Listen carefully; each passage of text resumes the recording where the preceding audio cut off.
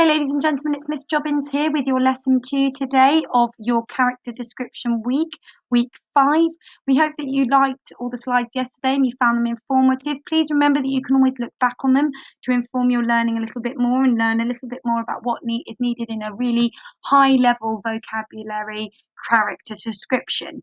Now, today we're going to be identifying features of a character description, so please remember to look back on the previous slides just to remind yourself what is needed in a successful character description.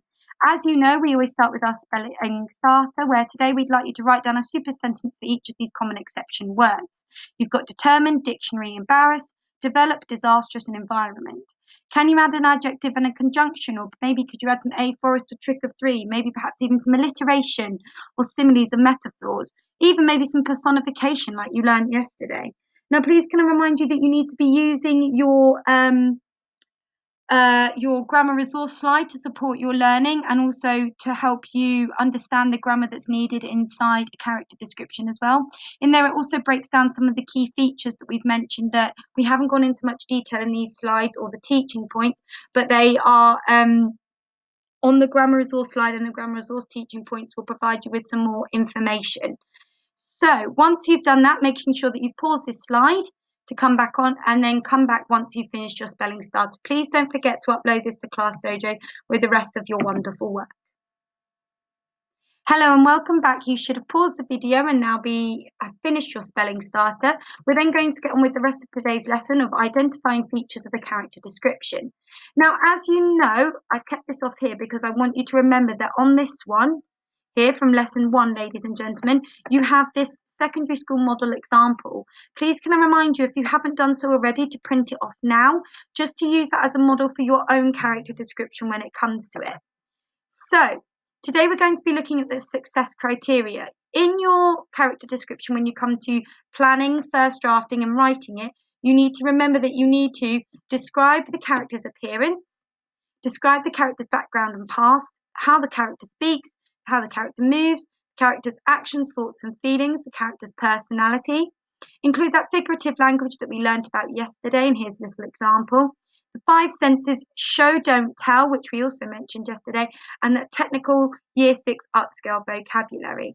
Now, as we always suggest, ladies and gentlemen, you cannot tick off the success criteria until you can evidence. If we said to you, where are 2 sentences that describe the character's appearance, you can go here and here, then you can tick it off. You need to show 2 pieces of evidence before you tick it off. And also don't forget to use this as you write. So we would recommend you printing this slide off. And so when you're doing your drafts and your plans and all of that, you can reference it straight away. Okay, so more detail about these backgrounds here can be found in lesson 1, the teaching lesson from yesterday, or in your grammar resource. Don't forget to use the grammar resource teaching point to support your learning. We've also got top tips, so what to think about when creating a character description.